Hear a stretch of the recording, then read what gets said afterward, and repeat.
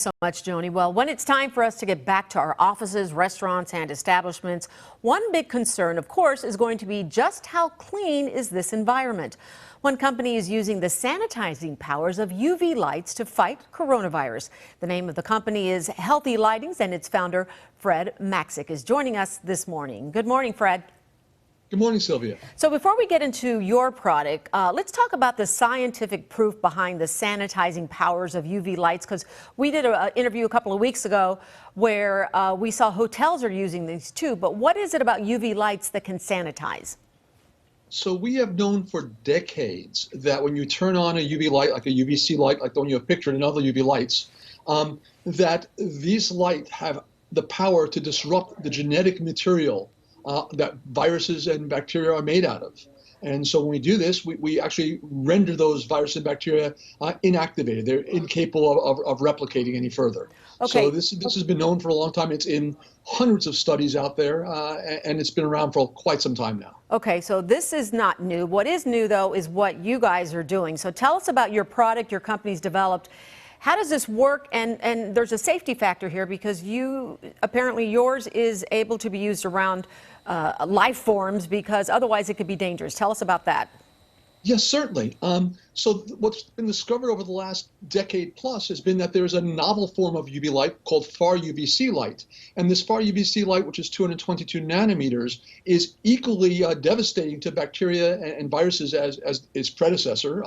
But what's different about it is it's incapable of penetrating the human skin. It's incapable of penetrating our eyes, and therefore we can cohabitate environments and still utilize this form of UV light to disrupt these viruses and bacteria and pathogens from our environment. So we can get back to those spaces we once worked in, we once played in, we once lived in, without having the hazards of those bacteria and viruses affecting us. Okay, so let's talk about, because I know nothing of nanometers, but I know that you're talking safety, and I want to show some video from your company that we got that shows how people might be coming back to work as they walk through your system, and these lights are there, these UV lights. So we're looking at this video now. Kind of walk me through what's happening here.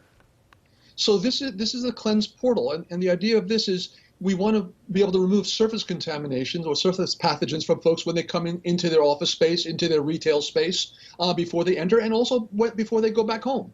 And the idea is by going through this portal and doing a turn, as you're seeing the person do on this video, we're taking off those pathogens. We're taking them off our clothing, our skin, our packages, as we enter or exit a facility.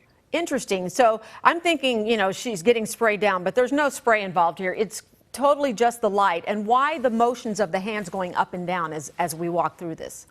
So we're concerned about shadowing. So the motions are by raising your arm, you're making sure that we can clean the underside as well as what would normally be shadowed if your arm stayed down. We're just it's a thorough way of doing it. Okay, so what are some future applications for this? Is it already being used, and what are your plans?